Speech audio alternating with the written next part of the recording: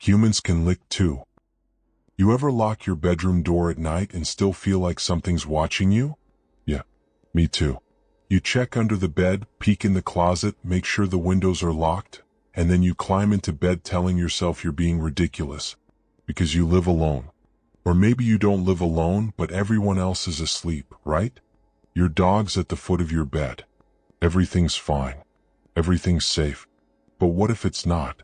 What if the thing that makes you feel safest is exactly what you should be afraid of? My name is Nick, and I spend way too much time thinking about humans can lick too. And if that phrase just sent a chill down your spine, good. You should be disturbed. Hit that subscribe button right now and smash that like if this video helps you understand why you should never assume you're safe in your own home. Look, before we dive into what actually happened, I need you to understand something about trust. We trust patterns.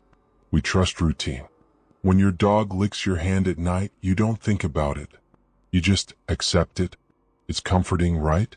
It's familiarity. It's love. And that's exactly what makes this story so terrifying. Let me tell you about a girl named Lisa.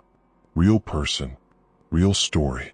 This happened in the early 1990s, though the exact date gets fuzzy depending on who's telling it. But the core facts, those remain consistent. And they remain absolutely horrifying. Lisa was 15 years old. Lived in a small town, the kind of place where everyone knows everyone, where people don't lock their doors, where crime is something that happens in cities, not here. Not in their neighborhood. Her parents were good people. Hardworking. Her father traveled for business, sometimes gone for days at a time. Her mother worked night shifts at the local hospital. Now, you might be thinking, Nick, leaving a 15-year-old alone overnight? That's already a setup for disaster. And yeah, in hindsight, you're right. But here's the thing. Lisa wasn't technically alone. She had Max. Max was a golden retriever. 8 years old. Been with the family since he was a puppy.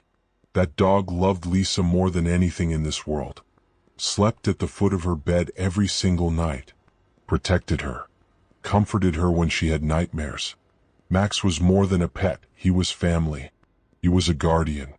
So when Lisa's parents had to be gone at the same time, her father on a business trip to Chicago, her mother covering a double shift because someone called in sick, they didn't worry too much. Lisa was mature for her age. Responsible. And she had Max. Just keep the doors locked, her mother told her. Call if you need anything. I'll be home by 7 in the morning. Lisa nodded. She'd done this before. Was fine. It was a Thursday night in October. Cold. The kind of cold that makes you want to burrow under blankets and never come out.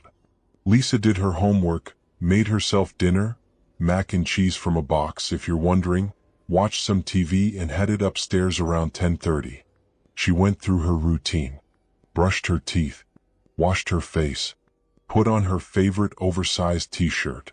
She checked the front door, locked. Back door, locked. Windows, all secured.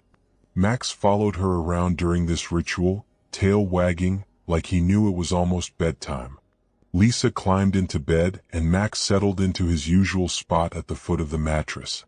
She turned off the lamp on her nightstand, and the room went dark except for the faint glow of moonlight through her curtains. Here's where it gets interesting. Around midnight, Lisa woke up. Not from a nightmare. Not from a noise. Just woke up. You know that feeling? When something pulls you out of sleep but you don't know what. Her room was dark. Silent. She lay there for a moment listening. The house was still. Quiet. Then she felt it. Max's tongue licking her hand. It was draped over the side of the bed, hanging down like it always did when she slept. And there was Max licking it gently. It was his way of saying, I'm here. You're safe. Go back to sleep. Lisa smiled in the darkness. She reached down to pet him, but her arm was tired and she was so warm under the covers. She just let her hand dangle there, feeling Max's rhythmic licking. Lick, lick, lick. It was soothing. Familiar. She drifted back to sleep. The next night, Friday, her mother was home by 7 a.m., just like she promised. Lisa told her about waking up, about Max being his usual sweet self. Her mother smiled. "That dog loves you so much," she said. Her father was still gone, wouldn't be back until Sunday. Her mother had another night shift Saturday. "Will you be okay one more night?" her mother asked. "Mom, I'm fine. Max is here." Her mother kissed her forehead and left for work at 6 p.m. Lisa went through the same routine. Homework, dinner, TV. Upstairs by 10:30. Doors locked. Windows secured. Max at the foot of the bed. She fell asleep quickly that night. And at midnight, like clockwork, she woke up again. Her hand was hanging over the side of the bed. And there it was again, that familiar sensation. Max's tongue licking her hand. Lick, lick, lick. "Good boy," she whispered into the darkness. The licking continued. Steady, gentle, comforting. But here's what most people don't realize about patterns. They make us complacent. They make us stop questioning. When something happens once, it's an occurrence. When it happens twice, it's a pattern. And when it becomes a pattern, we stop paying attention to the details. Lisa didn't think anything was strange. Why would she? Max always licked her hand. This was normal. This was safe. She fell back asleep. Around 2 a.m. Lisa woke up again. This time it wasn't peaceful. This time she heard something. Drip, drip, drip. A slow, steady dripping sound. Like a leaky faucet. It was coming from her bathroom. Her bedroom had a small attached bathroom, just a toilet and sink. She groaned. Great. A leak. Her dad was going to have to fix that when he got home. Drip, drip, drip. She tried to ignore it, but you know how it is. Once you hear something like that, you can't unhear it. It burrows into your brain. Each drip feels louder than the last. Her hand was still hanging over the side of the bed. Max was still licking it. Lick, lick, lick. The combination should have been soothing. Her loyal dog, the rhythmic licking, the quiet of the house. But that dripping, it was irritating. Drip, drip, drip. Finally, she couldn't take it anymore. She'd have to get up and tighten the faucet or stuff a towel under it or something. Lisa pulled her hand back up onto the bed. She threw off her covers. She swung her legs over the side of the mattress. Max's licking stopped. She stood up, shuffled across her bedroom in the darkness, and pushed open her bathroom door. The dripping was louder now. She reached for the light switch. Click. The light flickered on, and Lisa's blood turned to ice. The dripping wasn't coming from the faucet. It was coming from the shower. Lisa's shower had a clear curtain, one of those cheap plastic ones with little fish printed on it, and through that curtain she could see something hanging. Something dark. Something dripping. Her breath caught in her throat. Her hand trembled on the light switch. Every instinct in her body screamed at her to run, to get out, to not look behind that curtain. But she had to know. She took one step forward, then another. Her bare feet stuck slightly to the tile floor. It was wet. The whole floor around the shower was wet, actually. Wet and dark. She reached for the curtain. Her fingers touched the cold plastic. She pulled it aside. Hanging from the shower head by a rope was Max. Her dog. Her golden retriever. His throat had been slit. Blood dripped from the wound, pattering onto the shower floor in a steady, horrible rhythm. Drip, drip, drip. Max's eyes were open, empty, staring at nothing. Lisa screamed. It was the kind of scream that rips out of your throat without permission. The kind that makes your vocal cords burn. She stumbled backward, slipping on the blood-wet floor, catching herself on the doorframe. And then she heard it. A sound from her bedroom. Footsteps. Slow. Heavy. Deliberate. Someone was in her room. Someone had been in her room. Now you might be thinking, Nick, this is where she runs, right? This is where she bolts for the door, gets out of the house, calls for help. But here's what most people don't understand about true terror. It paralyzes you. Your brain can't process what's happening fast enough. It short circuits. Lisa stood there in the bathroom doorway, staring back at her bedroom, and her mind was screaming one thing over and over. If Max is in the shower, what was licking my hand? The footsteps stopped. The house was silent. Lisa's heart was pounding so hard she thought it would burst out of her chest. She couldn't see into her bedroom from where she stood. The bathroom light only illuminated a small portion of the floor. She had two choices: run for the bedroom door and hope whoever was in there didn't catch her, or hide in the bathroom and pray they left. She chose option one. Lisa bolted. She didn't look toward the bed. She didn't look toward the closet. She just ran. Her feet pounded across the carpet. She grabbed the doorknob, twisted it, threw the door open, and ran straight into her mother. Lisa's mother had come home early. Something had felt wrong. Call it mother's intuition, call it divine intervention, call it whatever you want. She'd asked to leave her shift early, claiming she felt sick. She'd driven home doing 15 over the limit the entire way. When she pulled into the driveway, every light in the house was off except one: Lisa's bathroom. That was strange. Lisa always turned off the bathroom light. She'd unlocked the front door and heard her daughter screaming. The police arrived within 4 minutes. Lisa and her mother waited in the car, doors locked, until the officers cleared the house. What they found in Lisa's room made even seasoned cops go pale. First, they found Max in the shower, exactly as Lisa described. Second, they found muddy footprints leading from Lisa's window, which had been jimmied open from outside, to her closet, then to the space under her bed, then back to the closet. Third, they found a knife. A hunting knife with an 8-inch blade, left on Lisa's dresser. And fourth, this is what made it onto the police report, this is what made it real, they found a message, written on Lisa's bathroom mirror in soap. 3 words: humans can lick too. The police investigation revealed several things. The intruder had entered the house around 11 p.m. Friday night while Lisa was still downstairs watching TV. He'd climbed through a first-floor window in the laundry room. Lisa had forgotten to lock that one. From there, he'd made his way upstairs. He'd found Max sleeping in the hallway outside Lisa's room. Max had probably woken up, maybe gone to investigate a sound or use the bathroom. The intruder had grabbed him, dragged him into Lisa's bathroom and killed him there. Quietly. Efficiently. Then he'd hidden in Lisa's closet. And waited.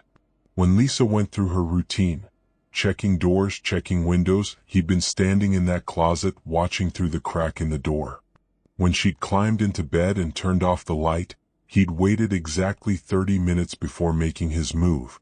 He'd crawled out of the closet, crawled to the foot of her bed, and when her hand had draped over the side, the way it always did, the way it had done every night for years, he'd started licking it. Think about that. This man had spent hours in that house. He'd killed her dog. He'd watched her. And then he'd knelt beside her bed and licked her hand, knowing she would think it was Max, knowing she would feel safe. The police found evidence that he'd done this not once, but twice. Thursday night and Friday night. Both nights, he'd hidden in the closet or under the bed until around 4 a.m., then slipped back out through the window. They believed, and this is the part that makes my skin crawl, they believed he was planning to do something worse on the third night. But Lisa's mother coming home early had interrupted his timeline. Here's where it gets even more disturbing. The police identified a suspect within a week. His name was Dennis Mitchell, 42 years old. He worked for a local landscaping company, the same company Lisa's family had hired that summer to redo their backyard. Dennis had been to their house multiple times. He'd seen their routines. He'd seen Lisa. He'd seen Max. And he'd planned accordingly. When police searched Dennis's apartment, they found a journal. Pages and pages of entries about Lisa. Her schedule. Her habits. Drawings of her house's layout. And a list. A detailed, methodical list of what he planned to do night by night. Night 1, observe. Night 2, observe. Night 3, act. Lisa's mother had come home on night 2. Dennis Mitchell was arrested and charged with breaking and entering, animal cruelty, attempted kidnapping, and attempted murder. During his interrogation, he showed no remorse, no emotion. When asked why he'd licked Lisa's hand, he'd smiled.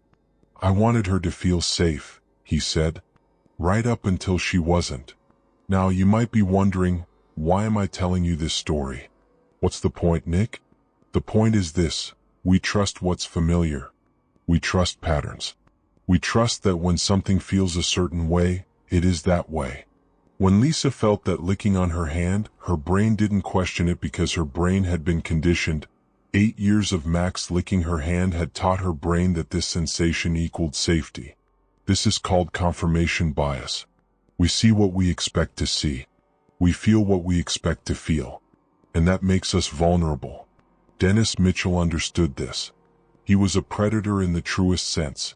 He studied his prey, learned her patterns, and exploited them.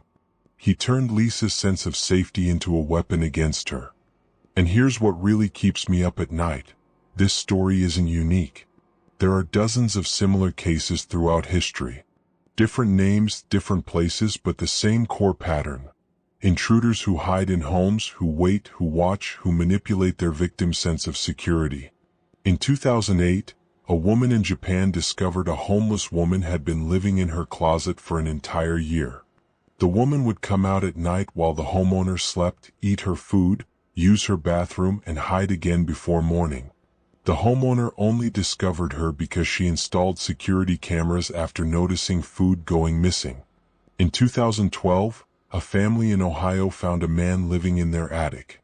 He'd been there for 3 weeks, coming down at night, watching them sleep, leaving before they woke up. These cases are more common than you think. And they all share one thing: the violation of sanctuary. Your home is supposed to be safe. Your bedroom is supposed to be yours. When someone invades that space, it's not just a physical violation, it's psychological. It rewires how you see the world. Lisa never slept in that room again. Her family moved 3 months after the incident. Her mother told reporters that Lisa couldn't be in the house after dark. She'd have panic attacks. Even years later, Lisa couldn't have pets. The association was too strong. Dennis Mitchell stole more than just Lisa's sense of safety that night. He stole her childhood, her innocence, her ability to trust. So what's the takeaway here? What's the lesson? Look, I'm not telling you this story to make you paranoid. I'm not suggesting you rip apart your house every night checking for intruders. But I am saying this: pay attention. Question patterns. Don't ignore that little voice in your head that says something feels off. Lisa's story ended the way it did because her mother listened to that voice. Something felt wrong, so she came home. If she'd ignored that instinct, if she'd stayed at work, we'd be talking about a very different story right now. A much darker one. Here's what you need to understand about safety. It's not passive. It's not something that just happens. Safety requires awareness. It requires vigilance. It requires you to actively maintain it. Lock your doors. Lock your windows. All of them. Don't assume that because you live in a safe neighborhood, you're automatically safe. Dennis Mitchell lived in a safe neighborhood. He worked in safe neighborhoods. If you have pets, pay attention to their behavior. Dogs especially, they sense things we don't. If your dog is acting strange, barking at nothing, refusing to go into certain rooms, listen to them. They're trying to tell you something. And if something feels wrong, if you wake up in the middle of the night and something feels off, trust that. Don't rationalize it away. Don't tell yourself you're being paranoid. Get up. Turn on the lights. Check. Verify. Dennis Mitchell was convicted on all counts. He's serving a life sentence without possibility of parole. During the trial, his defense attorney tried to argue diminished capacity, claimed Dennis had some kind of psychological break. The jury didn't buy it. The journal proved premeditation. The careful planning proved he knew exactly what he was doing. Lisa's family tried to move on. Her father quit his traveling job so he'd be home every night. Her mother switched to day shifts. They bought a house with a security system. Motion sensors, cameras, locks on every window. But some things can't be fixed with better security. Lisa was diagnosed with PTSD. She went through years of therapy. She struggled with insomnia, anxiety, depression. The sound of dripping water would trigger panic attacks. The feel of anything licking her hand, even her own hair brushing against it, would make her sick. When she was interviewed years later for a crime documentary, she said something that stuck with me. The interviewer asked her what the worst part was. Not the dog, not the intruder, not the knife left on her dresser. The worst part was the licking. I thought I was safe, she said. I felt safe. I felt loved. And the whole time it was him. The whole time the thing making me feel safe was the thing trying to hurt me. How do you trust anything after that? And that's the thing, isn't it? That's why this story resonates. That's why it's been told and retold, why it shows up on internet forums and true crime podcasts and late-night conversations. Because we all have that moment. That moment when we reach down to pet our dog in the dark. When we hear a familiar sound and don't question it. When we feel something and assume we know what it is. What if we're wrong? What if the thing we trust is the thing we shouldn't? That's the real horror of humans can lick too. It's not about the intruder. It's not about the violence. It's about the violation of trust. It's about the corruption of safety. It's about realizing that the things we rely on for comfort can be twisted, manipulated, weaponized against us. Dennis Mitchell understood something fundamental about human psychology. We're creatures of habit. We trust patterns more than we trust our instincts. And when someone exploits that trust, when they turn our patterns against us, they don't just invade our homes, they invade our minds. So let me ask you something. Tonight, when you go to bed, when you turn off the lights and settle in, when you hear that familiar sound or feel that familiar sensation, how will you know? How will you know it's your dog licking your hand and not something else? How will you know that creaking floorboard is the house settling and not someone moving through your hallway? How will you know you're really alone? The answer is you won't. Not with absolute certainty. And that uncertainty is something we all have to live with. But here's the thing, and this is important. Lisa survived. She survived because she had good instincts, because her mother had good instincts, because when something felt wrong, they acted on it instead of rationalizing it away. You have those same instincts. We all do. Evolution gave them to us for a reason. That prickle on the back of your neck when you walk into a dark room. That sudden alertness when you hear an unfamiliar sound. That gut feeling that something's not right. Listen to it. Let me give you some practical advice because I don't want to leave you with just fear. Fear without action is just anxiety. Fear with action is vigilance, and vigilance keeps you safe. First, lock everything. Windows, doors, even second-story windows. Intruders don't just use front doors. Dennis Mitchell came through a laundry room window. Make it a habit, before bed do a full check. Every single night. Second, invest in basic security. You don't need $1,000 system. Motion sensor lights outside your doors and windows. A simple alarm system. Even a bat or hammer kept beside your bed. Something is better than nothing. Third, know your pet's behavior.